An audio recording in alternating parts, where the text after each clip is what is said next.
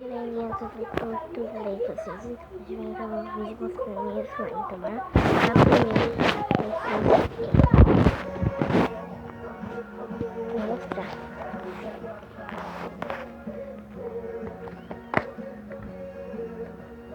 Peraí. Ai.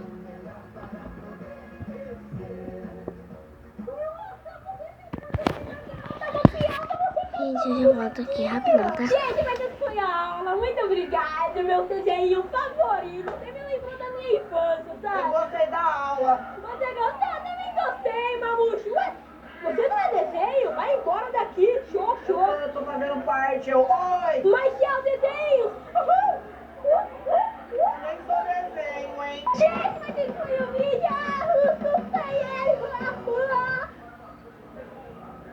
Já se inscreve no canal Agora aí, eu vou né? mostrar minhas inscrições.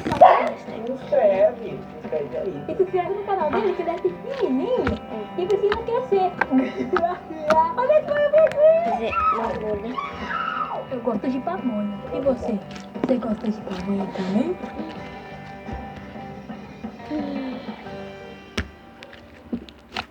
Gente, já vou fazer já.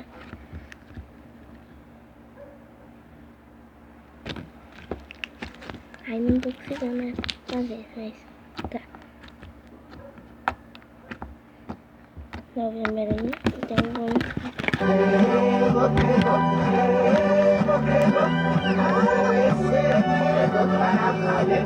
Esse quadro de trás pra frente, sempre estragando a minha infância, é uma coisa impressionante. Oi!